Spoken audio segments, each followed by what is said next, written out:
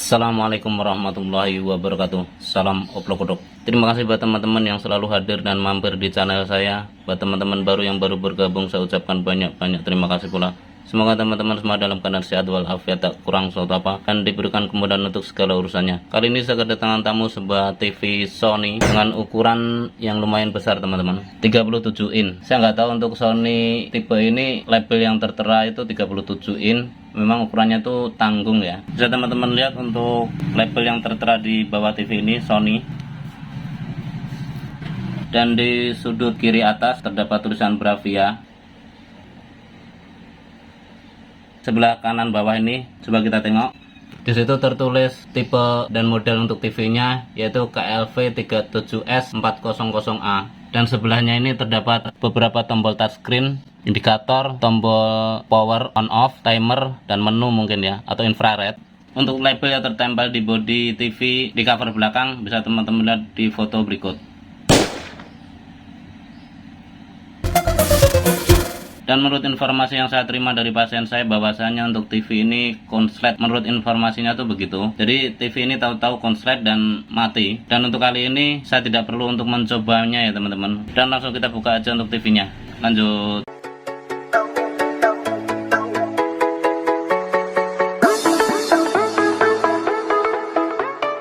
Dan inilah dalaman TV Sony tersebut setelah saya bongkar untuk cover belakangnya. Dan inilah komponen-komponen yang tertanam di TV Sony tersebut. Bisa kita perhatikan untuk TV Sony ini terdapat 4 bagian utama. Yang di sisi sini ini adalah power supply yang mensuplai tegangan ke semua board. Dan untuk board yang ini adalah mainboard utamanya. Dari mainboard utama ini terdapat kabel, yaitu kabel LVDS yang menuju ke panel. Dan ini adalah T-con atau timing control. Selanjutnya dari kabel power supply ini terdapat kabel output yang mengarah ke area ini. Ini adalah driver backlight. Dan nampaknya untuk TV tipe ini menggunakan backlight tipe CCVL atau neon. Selanjutnya di sisi bawah ini terdapat speaker kanan dan kiri.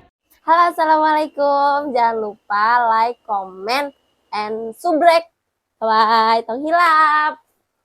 Dan untuk kali ini saya tidak melakukan pengukuran di area mainboard, driver backlight, dan T-con atau panelnya, karena kasus untuk kali ini tuh menurut informasinya mati total. Selanjutnya saya buka untuk power supply-nya dan kita lakukan pengecekan secara fisik. Lanjut. Dan inilah power supply tersebut setelah saya angkat dari posisi aslinya. Sebelum melakukan langkah-langkah perbaikan, alangkah baiknya kita pelajari terlebih dahulu skema dari power supply ini. Untuk power supply TV model ini terlihat untuk komponen-komponennya sangat besar-besar sekali ya teman-teman. Karena memang untuk TV ini adalah tergolong TV keluaran awal. Dari board ini bisa kita perhatikan untuk board power supply ini terbagi menjadi 2 bagian seperti biasa.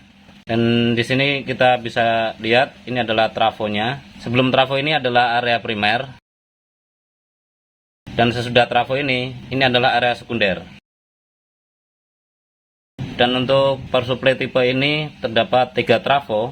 Trafo yang kecil ini adalah trafo untuk standby. Setelah mendapat perintah on dari mainboardnya, baru untuk trafo yang 2 besar ini aktif. Untuk di area primer bisa kita pelajari input 220 masuk di test point ini. Selanjutnya dari soket ini masuk ke fuse. Di sini ada fuse teman-teman. Dari fuse ini masuk ke filter. Ini ada 3 filter, termasuk ini adalah filter juga. Dari ketiga filter ini kemudian masuk ke dioda kiprok. Di sini ada dioda kiprok atau dioda sisir.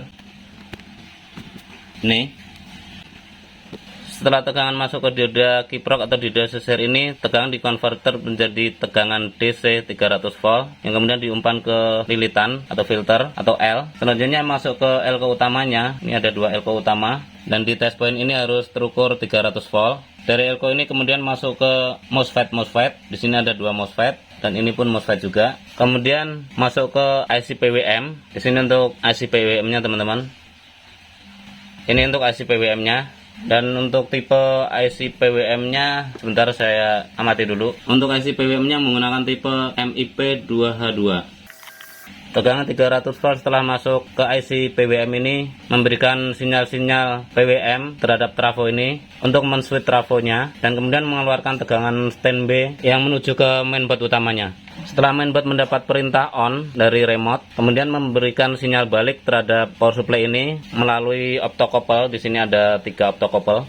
yang kemudian memberikan sinyal ke MOSFET yang ada di sini untuk ngedrive kedua trafo ini, yang kemudian mengeluarkan tegangan-tegangan yang menuju ke driver backlight. Dan kalau kita balik untuk power supply-nya, seperti ini teman-teman, seperti yang saya sampaikan di awal, bahwasanya untuk 220 volt AC itu masuk di test point ini, kemudian masuk ke fuse, selanjutnya masuk ke filter-filter, dan kemudian masuk ke dioda kiprok. Ini ada 4 poin dari dioda kiprok ini, kemudian masuk ke elko setelah melalui filter ini, dan ini elko utamanya. Dan dari elko ini kemudian masuk ke IC PWM di sini. Di sini untuk IC PM tadi MIP 2H2 ini ada 7 pin, 1 2 3 4 5 6 7, dan ini pin out untuk drainnya yang menuju ke trafonya. Dan inilah pin out dari power supply tersebut. Bisa kita pelajari untuk pin outnya. Yang sebelah sini ini adalah pin out ke mainboard utamanya, sedangkan yang ini adalah pin out yang mengarah ke driver backlight. Untuk pin out yang mengarah ke mainboardnya terdapat beberapa macam. Bisa kita lihat di sini. Ini adalah power on, AC detect, pin standby, pin 13 volt, pin ground juga. Dan di sini adalah pin 12 volt yang mengarah ke T-con. Sedangkan untuk pin out yang mengarah ke driver backlight, di sini adalah pin out 24 volt, dan ini adalah ground untuk driver backlight. Selanjutnya kita lakukan pengukuran untuk tegangan standby-nya. Lanjut. Selanjutnya coba kita colokan. Sudah saya colokan, dan kita lakukan pengukuran tegangan inputnya. Di test point ini harus ada AC220. Coba kita lakukan pengukuran, dan teman-teman bisa lihat di multitester saya. Yang untuk 220 masuk terukur 220,5 volt AC. Selanjutnya tegangan tersebut masuk ke filter dan menjadi input dioda kiprok yang di sini harus terukur sama AC220. Nah, di input dioda kiprok terukur 220 volt AC. Selanjutnya di output dari dioda ini dikonverter tegangan menjadi 300 volt DC. Coba kita lakukan pengukuran. Nah, bisa teman-teman lihat setelah dioda kiprok tegangan terukur 303 volt DC. Begitu juga tegangan tersebut ditransfer ke elko utamanya harus terukur sama 300 volt juga. Ya, saya kebalik. Nah, untuk di elko utamanya terukur 303,8 volt DC. Selanjutnya 300 volt tersebut masuk ke IC PWM, IC MIP tersebut. Coba saya geser dulu. Coba kita lakukan pengukuran tegangan di drain dari IC PWM MIP tersebut. Di sini teman-teman harus terukur 300 volt.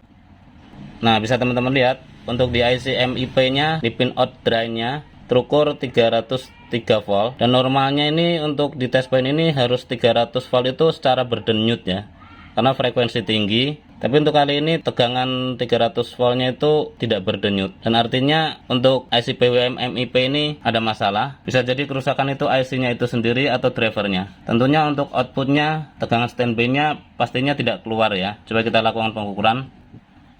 Di sini di tegangan standby-nya 3,3 volt, atau coba saya balik dulu untuk power supply-nya sambil melihat markingnya. Dan untuk kali ini power supply saya sudah balik, kembali saya colokan. Bisa teman-teman lihat di markingnya ini.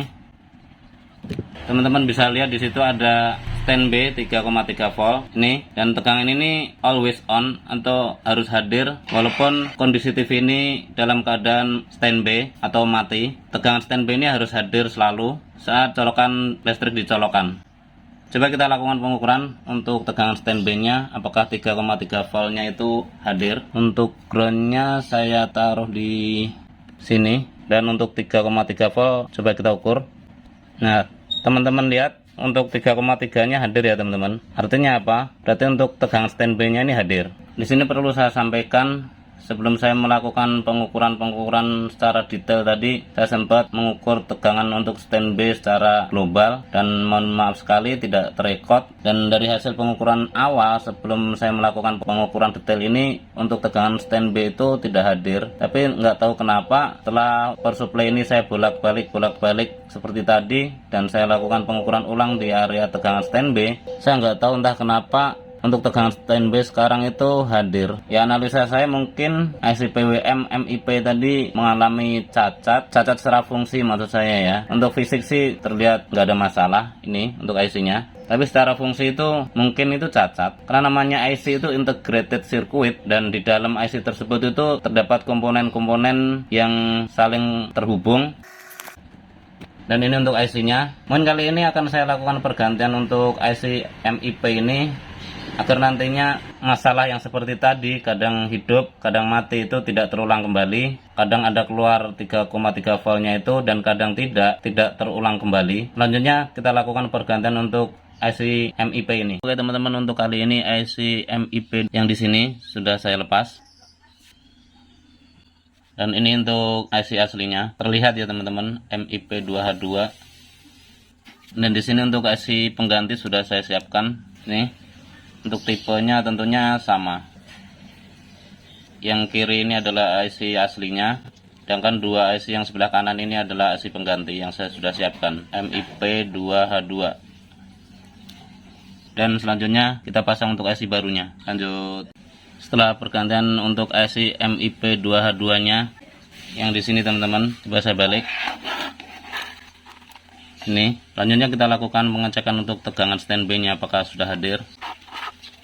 Bisa teman-teman lihat untuk di test point ini ada tegangan standby 3,3 volt di pin ketiga, dan kita lakukan pengukuran untuk pin ketiga. Coba saya colokkan. Selanjutnya kita lakukan tegangan standby untuk pin 3. Untuk groundnya saya tusukkan di sini, dan untuk pin 3 nya kita ukur. Ya, nampaknya untuk tegangan standby setelah pergantian IC belum keluar juga ya teman-teman, belum hadir, dan artinya bisa jadi untuk power supply ini protect. Nah, bisa teman-teman lihat untuk 300 voltnya hadir, di IC MIP nya juga hadir 300 volt, tapi untuk outputnya tuh belum hadir. Dan kali ini untuk power supply ini protect ya teman-teman, bisa jadi masih ada komponen yang mungkin short. Coba saya balik.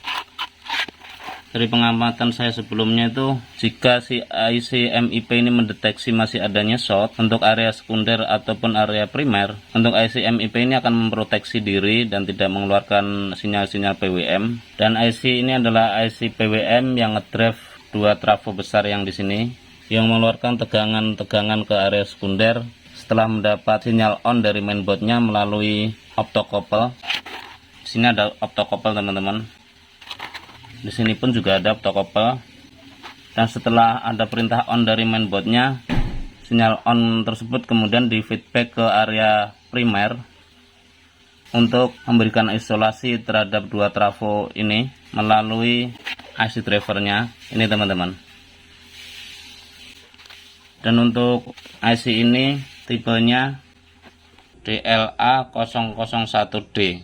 Terlihat ya teman-teman ya. Mungkin akan saya selidiki dulu untuk IC tersebut apakah ada yang jual atau tidak, karena memang IC nya ini agak langka ya saya lihat. Selanjutnya setelah saya menemukan hasil, saya record kembali. Lanjut. Setelah saya melakukan pergantian untuk IC MIP 2H2 yang di sini teman-teman, nampaknya tidak membuahkan hasil ya. Tetap untuk tegangan output ke area sekunder itu tidak keluar, walaupun dengan diganti IC yang baru. Karena analisa saya untuk VCC in yang mengarah ke IC ini, untuk syarat mutlak agar IC ini bekerja itu tidak memenuhi syarat. Dan VCC in untuk IC ini itu diambil dari trafo kecil ini melalui dioda ini. Diodanya saya lepas ini teman-teman. Setelah mendapatkan tegangan input untuk trafo ini mengeluarkan tegangan kisaran 8 sampai 10 volt untuk mensuplai IC MIP 2H2 ini yang ditransfer melalui dioda ini, selanjutnya difilter oleh elko kecil ini teman-teman.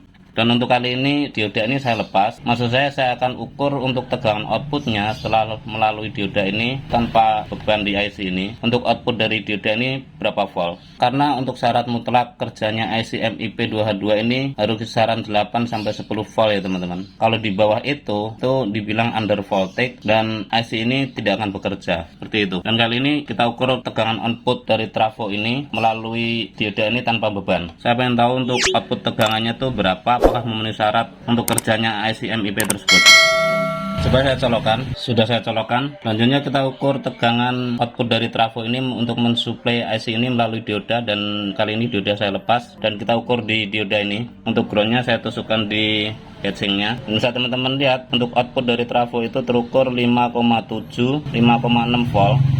Dan itu tidak memenuhi syarat untuk mensuplai IC MIP ini agar bisa bekerja ya teman-teman. Bisa saya bilang under voltage. Mungkin kali ini saya akan berpikir gimana caranya di test point dioda tersebut hadir tegangan kisaran 8 sampai 10 volt agar IC itu bisa bekerja dengan menggunakan power supply eksternal, dan kita lihat untuk hasilnya.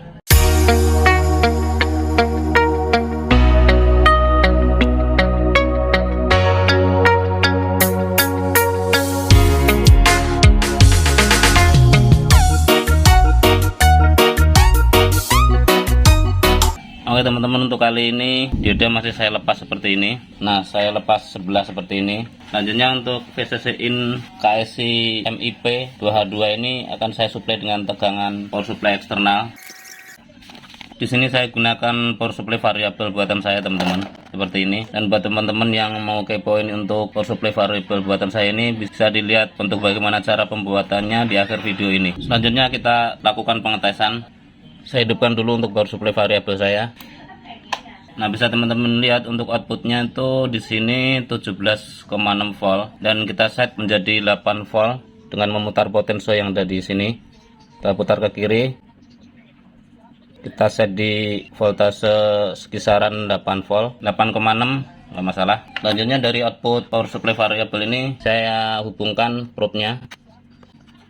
Selanjutnya kita tes outputnya ke arah IC yang terpasang di power supply-nya, dan bisa teman-teman lihat terukur 8,5 volt. Selanjutnya kita colokkan untuk power supply ini, karena memang untuk power supply ini kali ini belum saya colokkan ya teman-teman. Coba saya colokkan dan kita ukur untuk tegangan 300 voltnya di elko utamanya. Nah, terlihat untuk 300 voltnya udah hadir ya teman-teman. Kita ukur untuk outputnya, apakah sudah ada output 3,3 voltnya tegangan standby-nya. Kita ukur untuk tegangan standby di area sekunder di sini.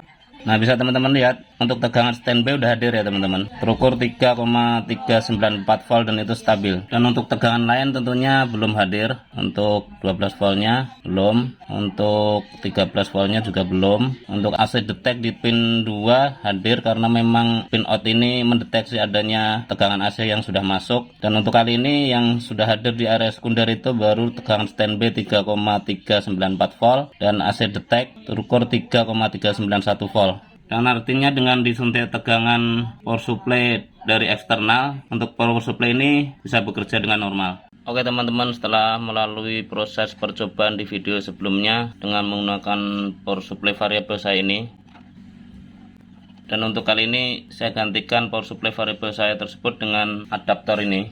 Ini sebuah adaptor teman-teman. Dan adaptor ini menggantikan VCC in yang menjadi input ke IC MIP 2H2 di sini. Untuk inputnya saya ambil dari 220, dan untuk outputnya saya sambungkan ke sini yang menuju ke IC ini. Dan untuk dioda yang aslinya ini saya angkat sebelah ya teman-teman. Ini terlihat nggak? Karena memang untuk jalur ini tidak saya manfaatkan. Oke teman-teman, untuk kali ini power supply saya sudah assembling di TV-nya. Bisa teman-teman lihat seperti ini. Dan selanjutnya waktunya kita mencoba. Saya colokkan untuk TV-nya dan coba kita lihat untuk tampilannya seperti apa. Bismillahirrahmanirrahim. Dan terlihat untuk indikator standby sudah nyala ya teman-teman. Selanjutnya saya tekan tombol power di remote-nya, dan untuk indikator berubah menjadi hijau. Dan alhamdulillah kini TV sudah ada tampilannya. Oke teman-teman, untuk kali ini TV saya sudah assembling. Selanjutnya coba kita hidupkan untuk TV-nya. Selanjutnya saya tekan tombol power di remote-nya, dan terlihat untuk indikator berubah menjadi hijau. Dan alhamdulillah kini TV sudah hidup normal kembali.